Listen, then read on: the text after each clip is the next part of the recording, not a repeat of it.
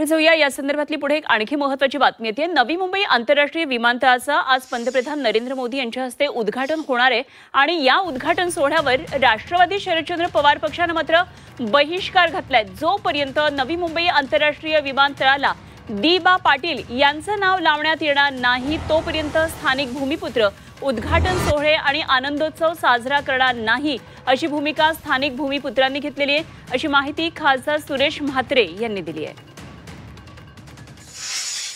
पहिल्या दिवसापासून मी सांगितलं की स्थानिक भूमिपुत्र आणि ज्या संघटना काम करतात त्या संघटनांशी मी सहमत आहे आणि सर्व संघटनांचं मत आहे की जोपर्यंत या विमानतळाला राष्ट्रीय नेते डी.बा. पाटील साहेब यांचं नाव दिलं जाणार नाही तोपर्यंत त्या कार्यक्रमात आपण कोणीही सहभागी व्हायचं नाही। आणि जसं मी बोललोय त्या शब्दावर आजही मी कायम आहे। आजही त्या विमानतळाच्या उद्घाटन जाणार नाही, परंतु ज्या दिवशी या विमानतळाला राष्ट्रीय नेते डी.बा. पाटील साहेब यांचं नाव दिलं जाईल त्या दिवशी लाखोच्या संख्येने जाऊन आणि आम्ही खास करून मुख्यमंत्री महोदयांना सांगितलंय देवेंद्र फडणवीस साहेबांना की आम्ही त्यांचा जाहीर सत्कार करू।